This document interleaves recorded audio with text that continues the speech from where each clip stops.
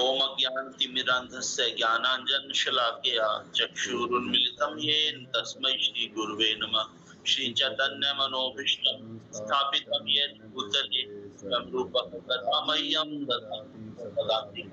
वन्देऽहं श्रीगुरुं श्रीयुतपदकमलं गुरुं वैष्णवांश्च श्रीरूपं साग्रजातं सहगणरघुनाथान्वितं तं सजीवं साद्वैतं सावधूतं परिजनसहितं कृष्ण चैतन्य देवं श्री राधा कृष्ण पादान सहगण ललिता श्री विशाखान्वितांश्च हे कृष्ण करुणा सिंधो दीनबंधो जगतपते गोपेश गोपिका कांत श्री राधा कांत नमोस्तुते तप्त कांचन गौरांगी श्री राधे वृंदावनेश्वरी वृषभानुसुते देवी प्रणमामि हरिप्रिये वाञ्छाकल्पतरुभ्यश्च कृपा सिन्धुभ्येव च पतितानां पावनेभ्यो वैष्णवेभ्यो नमो नमः। जय श्री कृष्ण चैतन्य प्रभु नित्यानंद श्री अद्वैत गदाधर श्रीवासादि गौर भक्तवृंद हरे कृष्ण कृष्ण कृष्ण हरे हरे हरे राम राम राम हरे हरे। नमो विष्णुपादाय कृष्ण प्रेष्ठाय भूतले श्रीमते भक्ति वेदांत स्वामिनीति नामिने नमस्ते सारस्वते देवे गौरवाणी चारिणे निर्विशेष शून्यवादी पाश्चात्य देश तारिणे।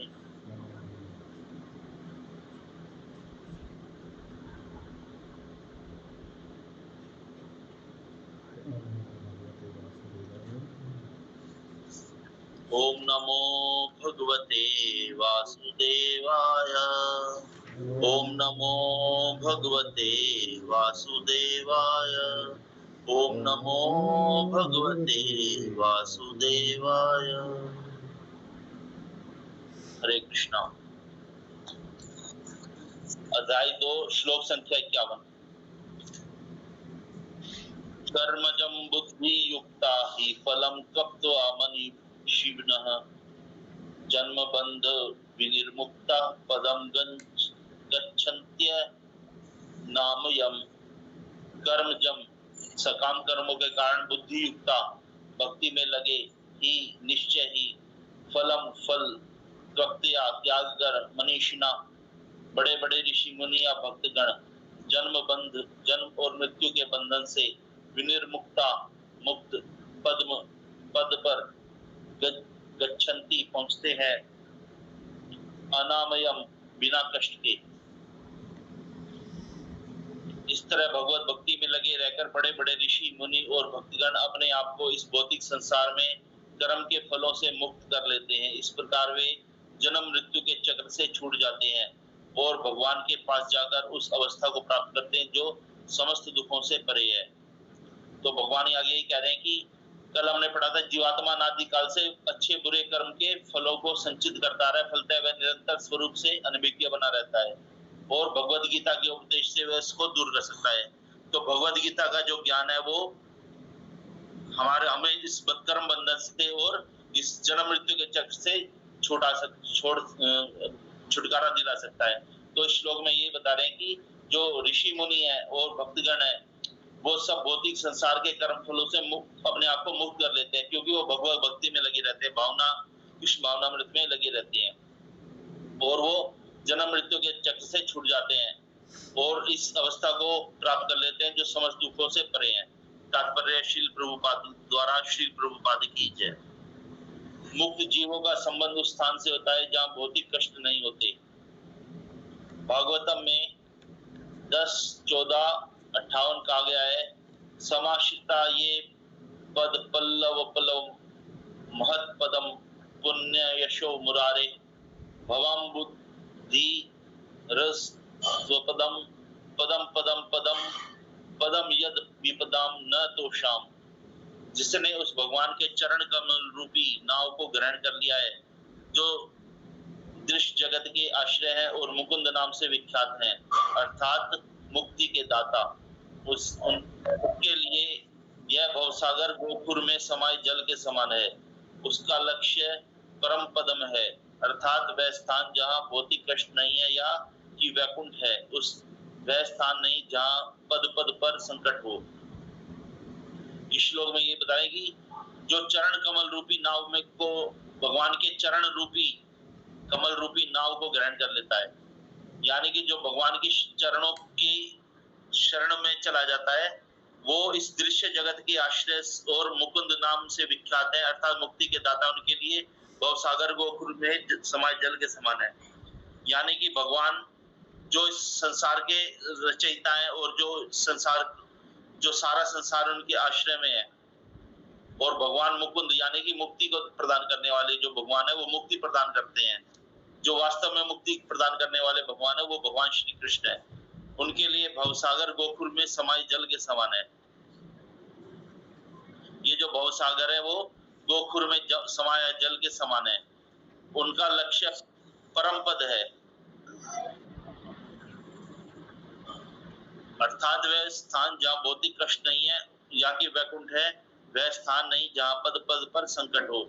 जो भगवान की शरण में चला जाता है उसका लक्ष्य पदम है और वो भौतिक कष्ट वहां भौतिक कष्ट नहीं सताते, और जहाँ वैकुंठ है वो स्थान को प्राप्त कर लेता है।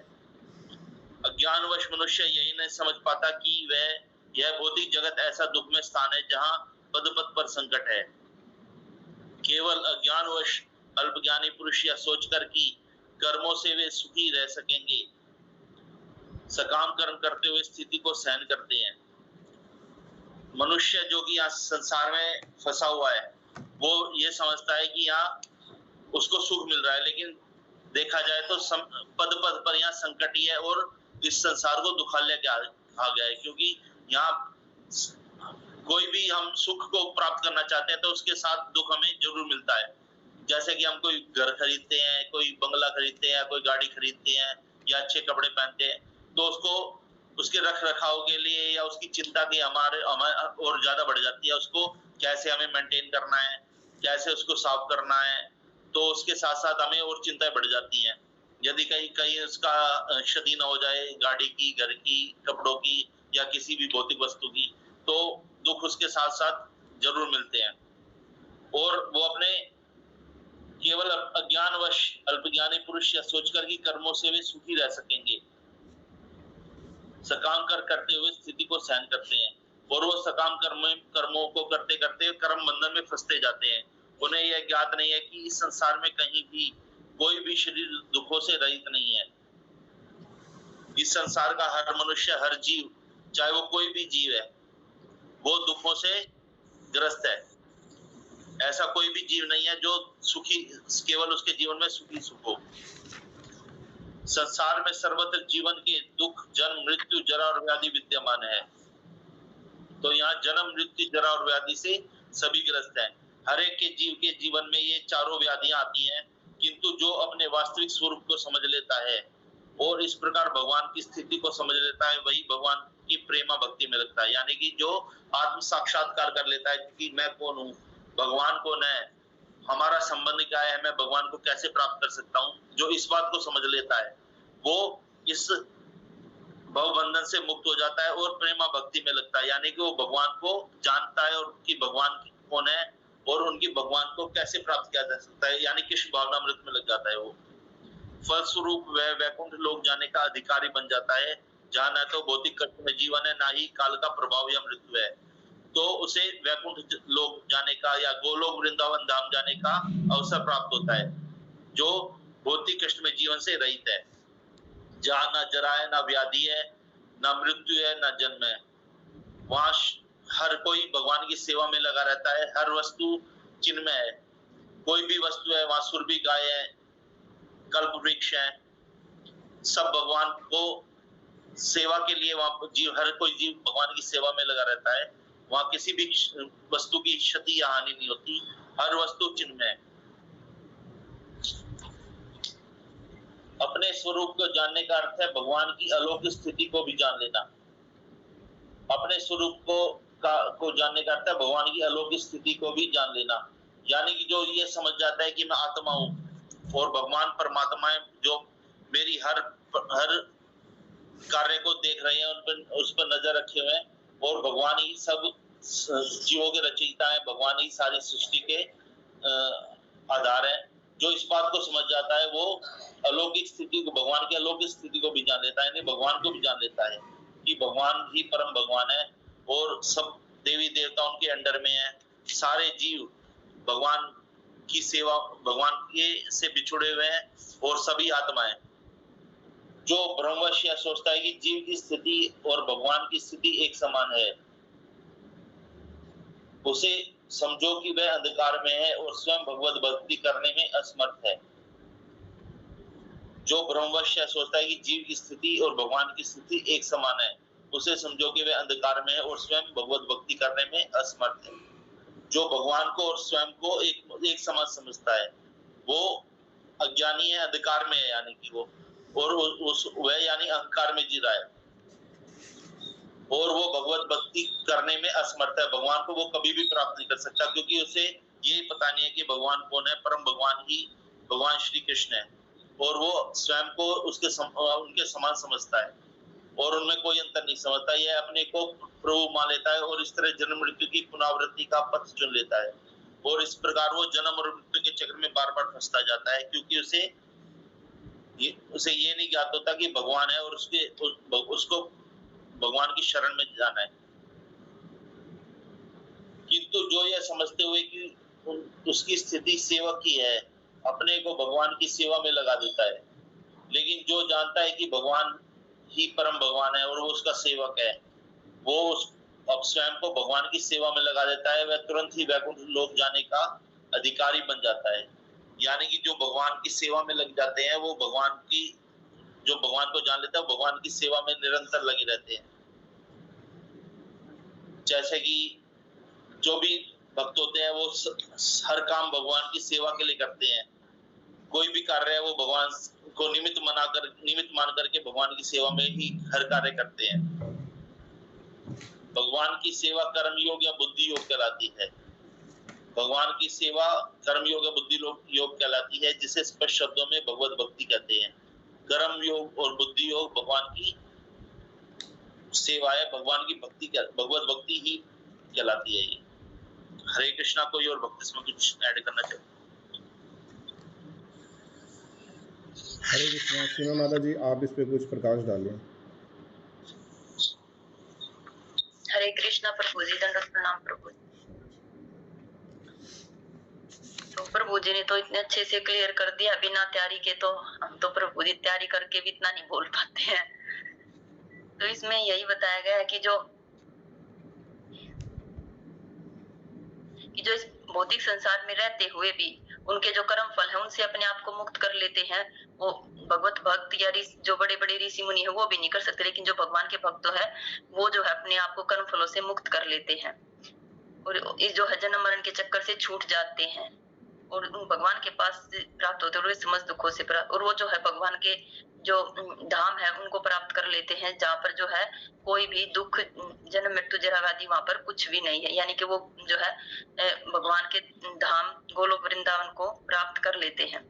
और तात्पर्य जगत गुरु श्रील प्रभुपाद के द्वारा तो इसमें जो है प्रभुपाद ने भागवतम का जो 10वां स्कंद है उसका श्लोक देकर हमें समझाया गया है कि जो है जो ये दर्श्य जगत है, दर्श्य जगत के आश्रय एवं मूर राक्षस के शत्रु मुरारी के नाम से प्रसिद्ध श्री भगवान के चरण कमल रूपी नाव को जिन्होंने स्वीकार कर लिया है, उनके लिए भौतिक जगत रूपी सागर बछड़े के खुर चिन्ह से भरे जल के समान है और उनका लक्ष्य परम पद अर्थात वैकुंठ होता है, जहाँ विपदाओं का नामो निशान नहीं होता, न ही पग पर कोई संकट होता है।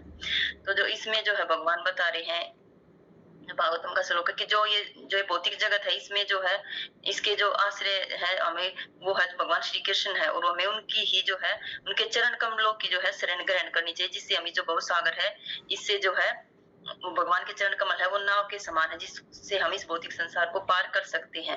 और हमें भौतिक संसार ऐसा लगता है कि जैसे जो बछड़े का पैर होता है उसमें जो उसके पैर का निशान होता है उसमें जितना जल होता है, हम समुद्र जो इतना बड़ा ये भव सागर है वो हमें इतना छोटा सा लगता है कि जिससे हम आराम से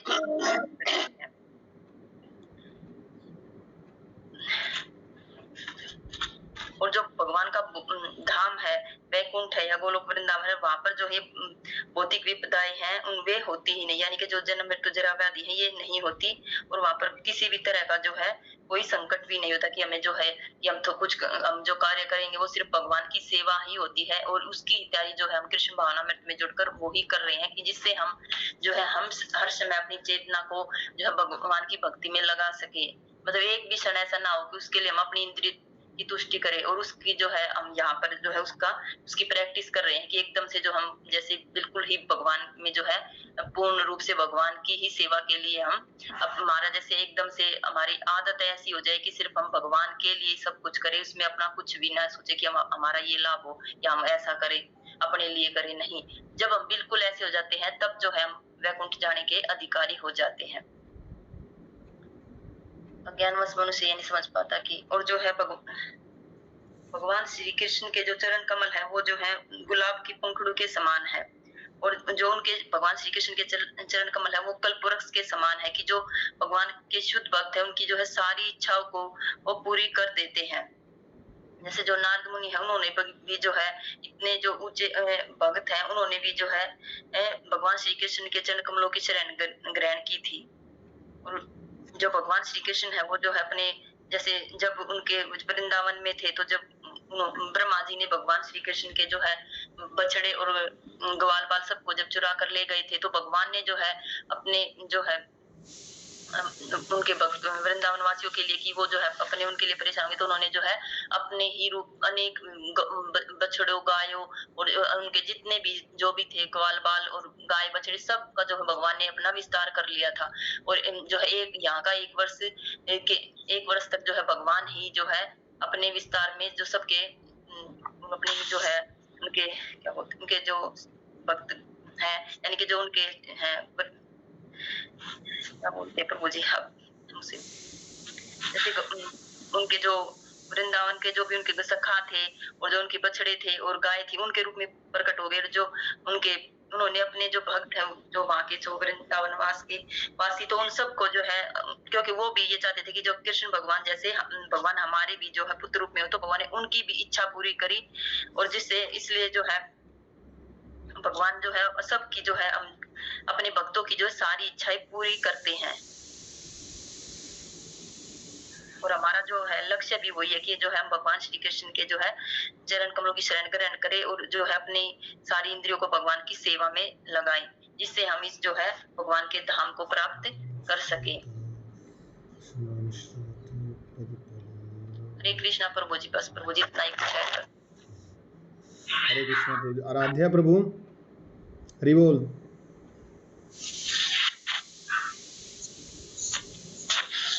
हरे कृष्णा प्रभु जी।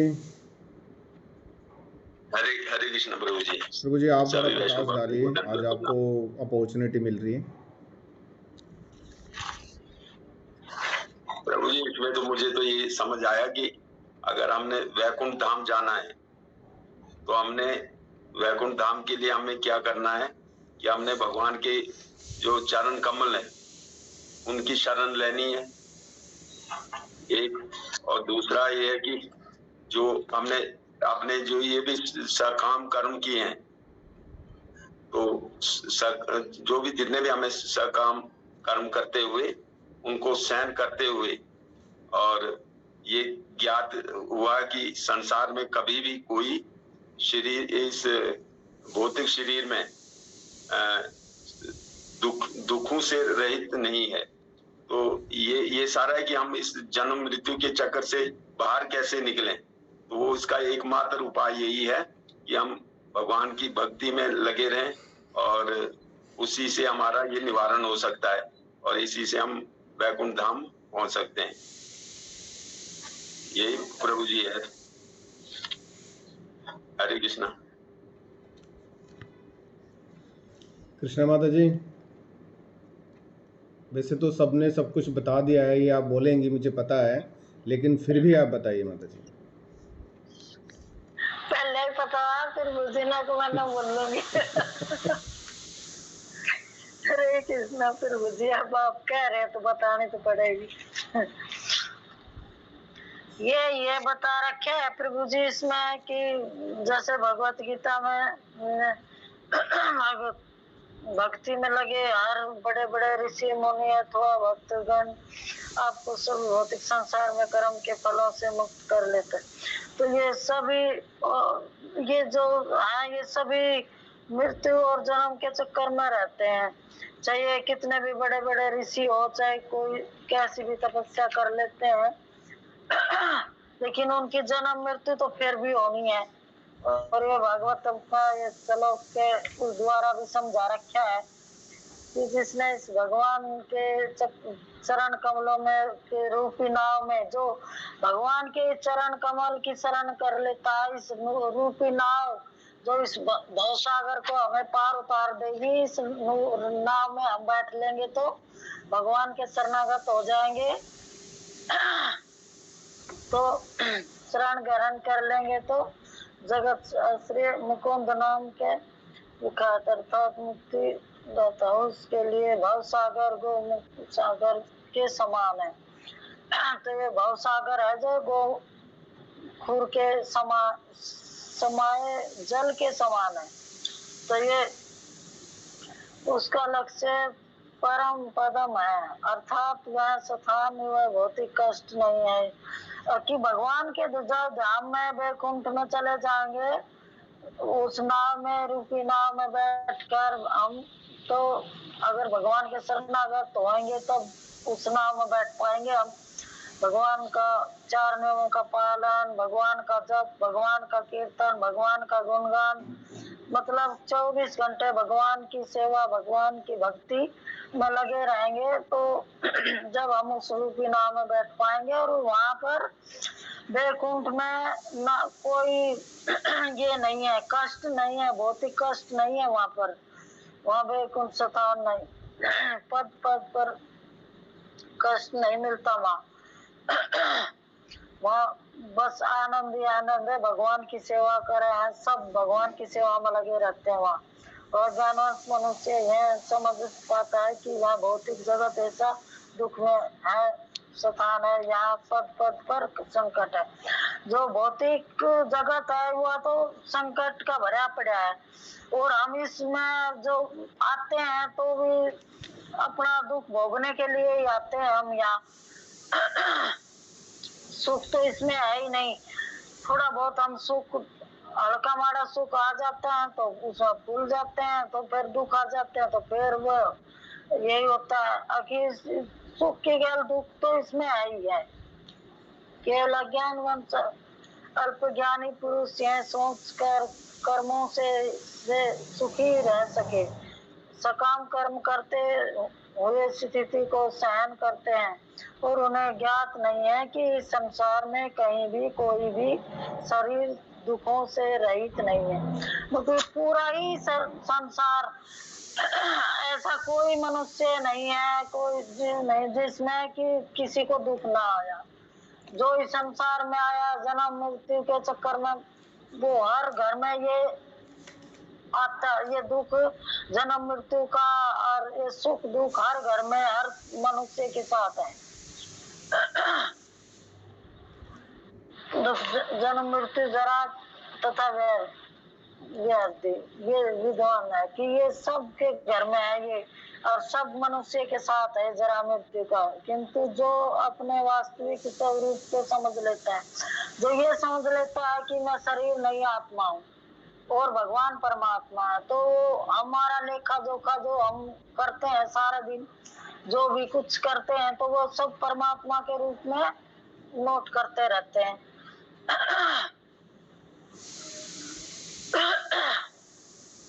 नोट कर और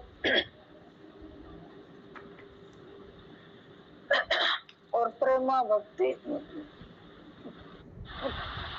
वास्तविक समझ लेता है और इस प्रकार भगवान की स्थिति को समझ लेता है, वही भगवान की प्रेमा भक्ति में लग जाता है। वही इंसान भगवान की भक्ति में लग जाएगा जो भगवान को समझ पाएगा कि मैं आत्मा हूँ, शरीर नहीं हूँ और भगवान का मैंने क्या करना है, क्या कर्तव्य है मेरा और मैं किस लिए आया हूँ। जो वो ही भगवान की भक्ति में लग जाएगा वो और वह वैकुंठ लोक जाने का अधिकारी बन जाता है। जो भगवान का गुणगान करता है, भगवान की भक्ति में लग जाता है, भगवान के चरण कमलों में, तो और वो इस भौतिक कष्ट में जीवन है, न ही काल का प्रभाव तथा मृत्यु है, वह ना तो भौतिक जगत का ये, और ना वहाँ काल है, ना वहाँ मृत्यु है, कुछ नहीं है वैकुंठ में। वो वैकुंठ का अधिकारी बन जाता है भगवान के धाम जाकर, वहाँ कुछ नहीं है। अपने स्वरूप को जानने का अर्थ है कि भगवान को अलौकिक स्थिति को भी जान लेना, कि भगवान क्या है, भगवान की अलौकिक स्थिति को भी जान लेना कि भगवान क्या है। भगवान सबके परम पिता परमेश्वर है, और जो ब्रह्मवश वह सोचता है कि जीव की स्थिति तथा भगवान की स्थिति एक समान है। कि जैसे कि ये कोई तांत्रिक है, बड़ी बड़ी कोई विद्या कर लेता है, ये जादू टोना, ये कुछ भी थोड़ा बहुत सीख लेता है, तो वह भी यही समझ लेता है कि मैं भगवान हूँ और मैं भगवान के समान हूँ। तो हमने ऐसा कभी नहीं सोचना चाहिए कि हम भगवान के समान तो कभी बन ही नहीं सकते। भगवान तो परमात्मा तो एक ही है, और हम तो इंसान है जो भगवान के दासों के दास, दासों के दास, दासों के दास, और भगवान के सेवक, जो कि हम भगवान की भक्ति करें और भगवान के चरणों में लगे रहें। उसे समझो कि वह अंधकार में है और स्वयं भगवत भक्ति करने में असमर्थ है, कि वो अंधकार में जी रहा है, और जब वो अपने आप को भगवान समझेगा तो वो अंधकार में जी रहा है, कि वो इंसान कभी कोई भगवान नहीं हो सकता। भगवान तो सिर्फ एक ही है। अगर ऐसा भगवान बन सके तो कह दे कि ये करो, ये चमत्कार दिखाओ, ये कोई थोड़ी है छोटी मोटी विद्या सीख लेते हैं तो अपने आप को भगवान समझते।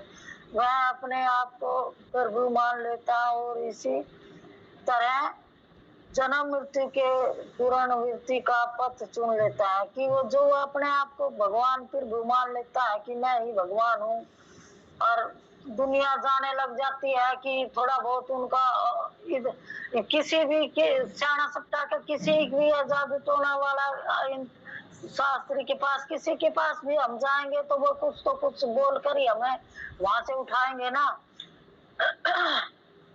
कि ये कर लेना, ये कर लेना, जब ठीक हो जाएगा ये कर लेना। तो ये हमें, और वो अपने आप को ही मैं तो भगवान हूँ, मैं प्रभु हूँ, ये गलत बात है। वो जन्म मृत्यु के चक्कर में फंस जाता है, का पद चुन लेता है, अपने खुद ही अपने हाथों से अपना पद चुनता है। वैसे तो जन्म मृत्यु तो सबकी आनी है, इस जो पृथ्वी पर आता है तो वो, लेकिन वो बार बार इस चक्कर में फंस जाता है जन्म मृत्यु के में। किंतु जो यह समझते हैं वे कि उसकी स्थिति सेवक की है, कि भगवान के दासों के दास, दासों के दास, दासों के दास, और भगवान की सेवा करनी है। अपने को भगवान की सेवा में लगा देता है, मैं तुरंत ही वैकुंठ लोक जाने का अधिकारी बन जाता। जो हम भगवान की सेवा में लगा लेंगे कि संभावना भावित हो जाएंगे तो तुरंत ही वैकुंठ लोक जाने का अधिकारी बन जाता है। भगवान की सेवा कर्म योग और बुद्धि योग कहलाती है, जिसे स्पष्ट शब्दों में भगवत भक्ति कहते हैं। जो भगवत भक्ति यही है कि यार बुद्धि का प्रयोग करो, कर्म का योग करो, कर्म योग करो, कर्म अपना अच्छा कर्म करो, और अपनी बुद्धि को भगवान की शरणागति में लगाओ कि मैंने भगवान का कैसे गुणगान करना है और कैसा वो करना है। तो जब ही हम भगवत धाम वैकुंठ लोक में जा सकेंगे। और ये इस स्पष्ट शब्दों में भगवत भक्ति कहते हैं, इसे ही भक्ति कहते हैं जो भगवान की शरण गरण ले लेता है। और फिर जीवन का ऐसा ही बताना। बहुत बहुत धन्यवाद माता जी। सुरेंद्र प्रभु जी, आप कुछ इसमें आपको कुछ लगा हो जो आपको अच्छा लगा हो श्लोक के अंदर, या कुछ तात्पर्य में आपको अच्छा लगा हो तो आप बता पाएंगे? प्रभु जी प्रणाम, आपके चरण में सच प्रणाम, माता जी प्रणाम। प्रभु जी मुझे तो यही लगता है कि मतलब हम भगवान के धाम जाने के लिए भगवान के चरण कमलों में हर समय 24 घंटे जुटे रहें और सकर्म करते रहें।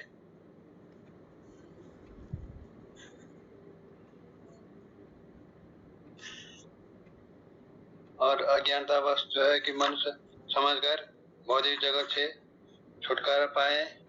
जहाँ पर संकट है, संकट को दूर करते हुए भगवान की शरण में हर समय जन्म मृत्यु के व्याधि से छुटकारा पाए।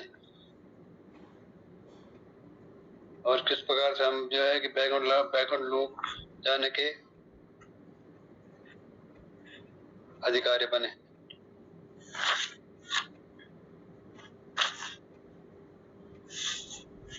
और जो हम इस भौतिक जगत में बार बार गलतियों को न अपनाते हुए भगवान की शरण में जाने के लिए हर समय भगवान की सेवा करते रहें।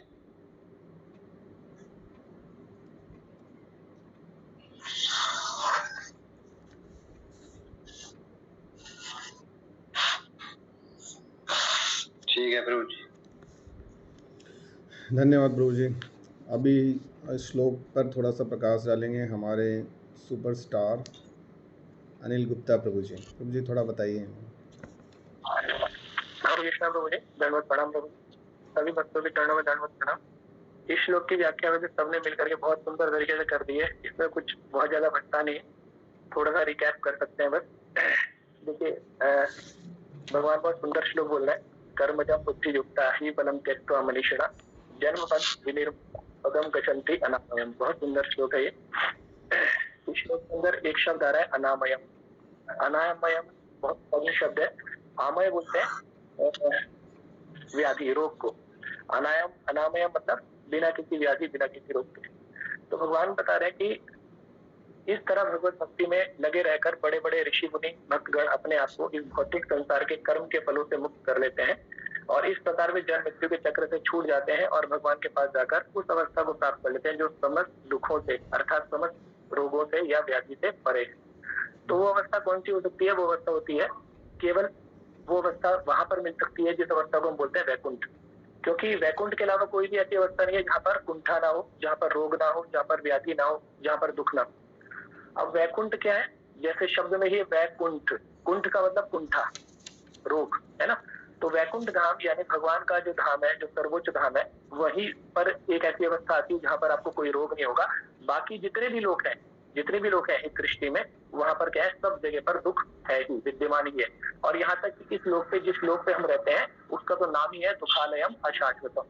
मीन्स ये क्या अशाश्वत है, कभी भी नष्ट हो जाएगा। भगवान ने इसको क्रिएट करा है, लेकिन भगवान जब चाहेंगे इसको क्या कर सकते हैं? इसको एनिहिलेट कर सकते हैं, यानी कि इसको जो है नष्ट कर सकते हैं। अशाश्वत है, लेकिन एक चीज यहाँ पर शाश्वत है, वो क्या है? दुख। दुख तो मिलेगा ही मिलेगा, ठीक है।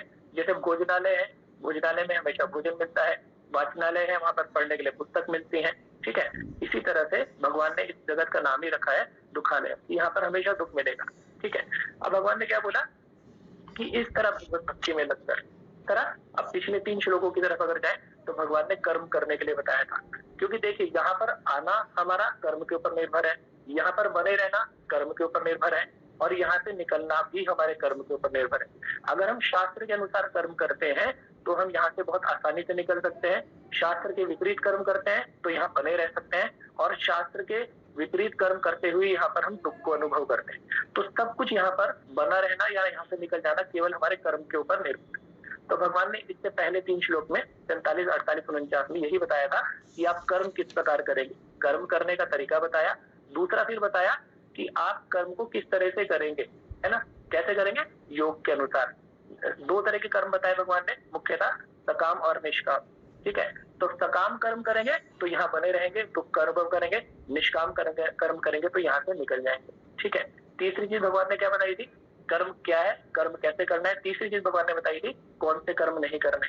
तो अगर हम तीन चीजों को अच्छे से समझ जाए कि कर्म क्या है, सकाम कर्म क्या है, निष्काम कर्म क्या है और कौन सा कर्म नहीं करना है, तो हम क्या कर सकते हैं?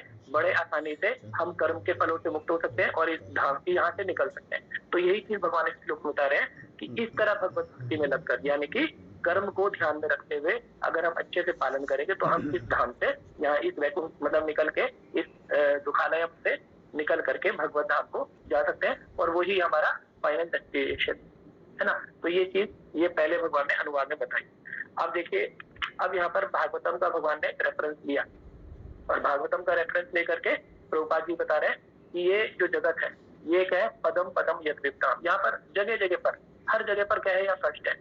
यहाँ पर कभी कोई भी ऐसी जगह नहीं है जहाँ पर आपको सुख मिलेगा। लेकिन हम क्या सोचते हैं, हम सोचते हैं कि अब ये काम करेंगे तो सुख आ जाएगा, अब ये करेंगे तो सुख आ जाएगा।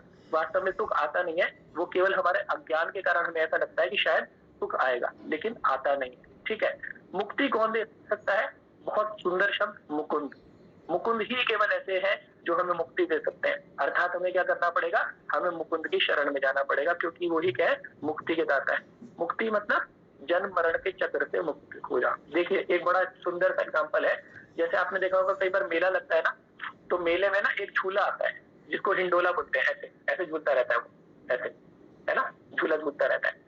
तो हमारी स्थिति बिल्कुल वैसी है। हम क्या करते हैं, सकाम कर्म करते हैं। सकाम कर्म दो तरह के, या तो पाप होगा या पुण्य होगा। अब पाप होगा तो उसका फल भोगने के लिए ऊपर के लोग जाना पड़ेगा, और जब हम क्या करते हैं, हम जब हम पुण्य कर्म करते हैं तो उसका फल भोगने के लिए स्वर्ग में जाना पड़ेगा, ऊपर के लोग। और जब हम क्या करते हैं, पाप करते हैं तो उसका फल भोगने के लिए नीचे आना पड़ेगा। तो दो ही तरह के कर्म मनुष्य करता है, क्योंकि वो क्या है, अज्ञान में है। ठीक है, तो जब हम पुण्य कर्म करते हैं तो हमें क्या करना पड़ता है, ऊपर जाना पड़ता है। यानी झूला है, झूले में बने पड़े हम। ठीक है, हमने पुण्य करा, हम ऊपर को गए। ठीक है, लेकिन पुण्य खत्म हुए, फिर वापस गिर के नीचे आ गए। ठीक है ना। तो यही एक चक्र बना हुआ है, जन्म मृत्यु का चक्र बना है, और पाप पुण्य के चक्र में हम फंसे पड़े हैं। वो झूले में हम झूल रहे हैं, लेकिन हमें ये नहीं पता कि झूले से हम निकले कैसे। झूले से कैसे निकल सकते हैं, जब भगवान मुकुंद की शरण में जाएंगे तो उस झूले में जो ऊपर नीचे हम झूल रहे हैं, वहां से हम बहुत इजीली से निकल के, और इस झूले से निकल के हम वैकुंठ धाम को भगवान के जा सकते हैं। भगवान ने बताया कि जब हम मुकुंद की शरण लेते हैं ना, तो जैसे हम बहुत बड़े भवसागर में डूबे पड़े, तो दो चीज हमें भवसागर से बचा सकती है। जब हम कहीं समुद्र में तो हमें बचा सकती है, एक तो हमें कोई अच्छी सी नाव मिल जाए जिससे हम चढ़ जाए और अपने को डूबने से बचा लें। तो वो जो नाव है कौन है, भगवान के चरण कमल। मुकुंद के जो चरण कमल है वो नाव के समान है, आप उससे चढ़ जाएंगे, उनकी शरण ले लेंगे तो आप डूबने से बच सकते हैं। ठीक है, और साथ ही साथ ये जो भवसागर है, जो आपको ऐसा लग रहा है जिसमें आप डूब जाएंगे, आप जो है बिल्कुल अपने अस्तित्व को भूल जाते हैं, तो वो कह रहे हैं कि वो भवसागर जो है ना, इतना बड़ा महासागर जो दुखों का सागर है, वो कैसा लगता है, गोखूर के समान। जैसे गाय के खुर होते हैं ना, गाय का खुर कहीं पर होता है, जमीन पे गाय चलती है तो थोड़ा गड्ढा पड़ जाता है, उसमें थोड़ा पानी पड़ जाता है, तो वो क्या है, कुछ भी नहीं है। तो भगवान कहते हैं वो जो भवसागर है वो भी कैसा आपको लगेगा, एक गोखूर के समान लगेगा। ठीक है, नेक्स्ट जो पैराग्राफ है बहुत इंपॉर्टेंट, उसमें एक शब्द आ रहा है, अज्ञानता। देखिए हमारा यहाँ पर आने का और बने रहने का जो एक कारण है वो तो पाप तो है, लेकिन पाप क्यों होता है, अज्ञानता के कारण। क्योंकि हम ये नहीं समझते कि हम कौन है, भगवान कौन है, और हमारा भगवान के साथ संबंध क्या है। तो ये अज्ञानता के कारण ही जो है हम ये सोचते हैं कि ये जो जगत है ना, ये वास्तव में बहुत सुंदर जगह है और यहाँ पर हम बने रहेंगे तो शायद हमें सुख मिलेंगे। ठीक है, और उस सुख को करने के लिए हम क्या करते हैं, सकाम कर्म करते हैं। कोई हमें अगर मान लीजिए ऐसा ब्राह्मण मिल जाता है कर्म कांड वाला, वो कहता है ठीक है आपको जीवन में एक कष्ट है ना, कोई बात नहीं, आपका ग्रह यहाँ पर खराब हो रखा है, आप ये कार्य कर लो, शायद आपको सुख मिल जाएगा। तो हम बड़े आसानी से, क्योंकि दुख से ग्रस्त है, हम क्या करते हैं, वो कार्य कर लेते हैं। लेकिन होता क्या है कि हम वास्तव में दुख को सहन कर रहे हैं, थोड़ा समय के लिए अपने आप को ना एक तरह से तसल्ली दे रहे हैं कि शायद यहाँ से निकल जाएंगे। लेकिन वो सकाम कर्म क्या करता है, हमें दोबारा से कर्म बंधन में बांध देता है, मुक्त नहीं कर पाता। वो मुक्त कौन करेगा, केवल मुकुंद मुक्त करेंगे। और वो कब करेंगे, जब हम अपने स्वरूप को समझेंगे कि हम कौन है, जीवेर स्वरूपेर हरे कृष्णेर नित्यदास। जब हम ये चीज समझ जाएंगे कि हम क्या है, कृष्ण के दास हैं, और हमारा जो कार्य है उनकी सेवा करना है, सकाम कर्म ना करके हमें क्या करना है, केवल निष्काम कर्म करना है और अपने सब कर्मों को भगवान के चरणों में अर्पित कर देना है। तो वो जो कर्म बंधन है हम उससे मुक्त हो जाएंगे, और वो जो झूला है जिससे हम झूल रहे हैं, उस झूले से झूलना बंद करके हम भगवान के धाम को जा सकते हैं। तो मुकुंद की शरण ग्रहण करके हम अपना ज्ञान की अवस्था को प्राप्त कर सकते हैं। अब देखिए हम करोड़ों करोड़ों जन्मों से जन्म ले रहे हैं, कभी हमने पशु की योनि में गए होंगे, कभी किसी योनि में गए होंगे, कभी किसी योनि में गए होंगे, लेकिन हम उस योनि के बंधन से, जन्म मृत्यु के चक्र से मुक्त नहीं हो पा रहे। क्यों? क्योंकि हमारे अंदर अज्ञानता है। वो अज्ञानता कैसे नष्ट हो सकती है? अब जैसे इस एग्जाम्पल को समझ सकते हैं हम कि हमारा जो हृदय है ना, हमारे हृदय पे ना कई सारी परत चढ़ी हुई है, अज्ञानता परत चढ़ी हुई है। तो एक इस तरह से सोचिए कि जैसे मान लें हमारे घर में एक आईना होता है, शीशा हर घर में होता है। उस शीशे को अगर हम कभी साफ ना करें तो क्या होगा, उस शीशे के ऊपर बहुत सारी परत चढ़ जाएगी, मैल चढ़ जाएगा, धूल चढ़ जाएगी। अब उस शीशे के आगे अगर हम खड़े होंगे तो क्या हम अपने स्वरूप को देख पाएंगे? नहीं देख पाएंगे। हम उसके आगे अगर खड़े हैं तो हम अपने को देख ही नहीं पाएंगे, ठीक है।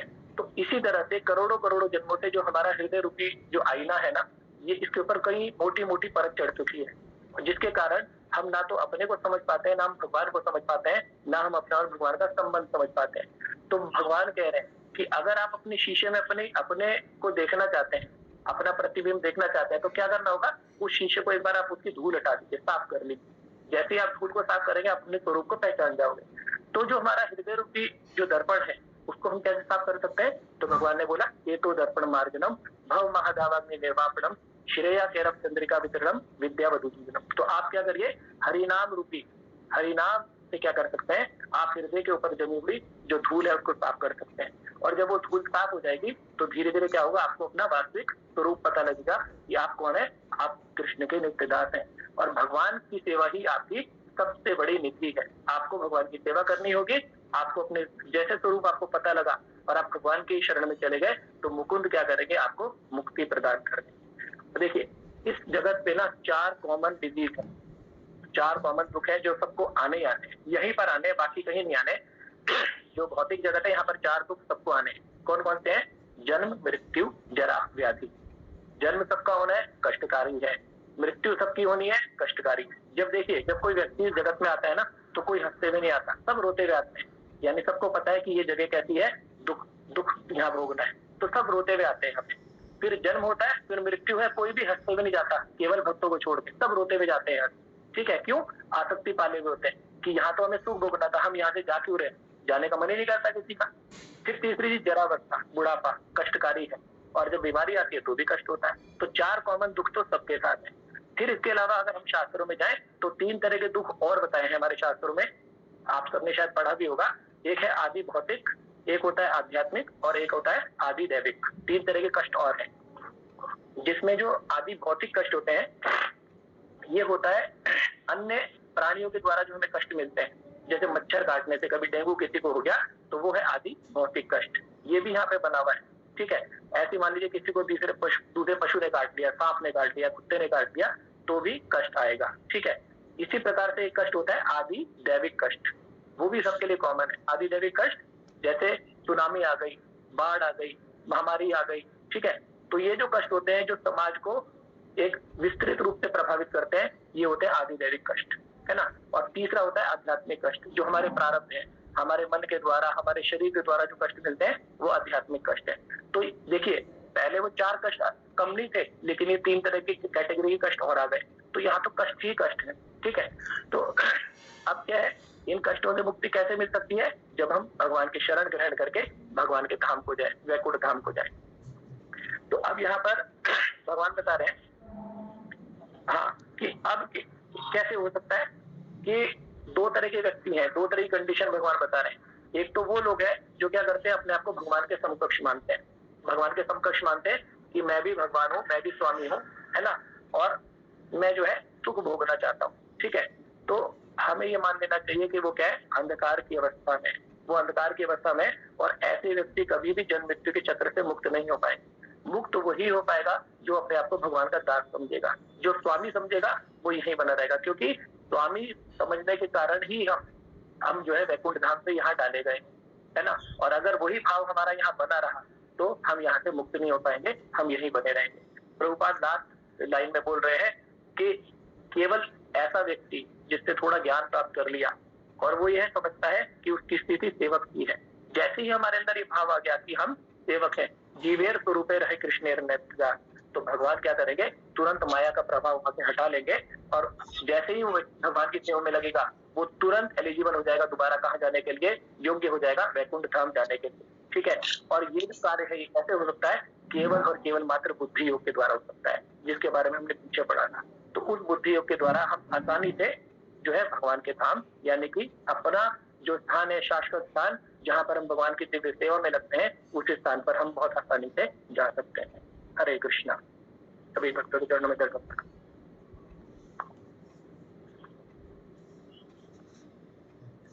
हरे कृष्णा प्रभु जी, बहुत बहुत धन्यवाद आप सभी का। बस मेरी एक आप लोगों से विनती है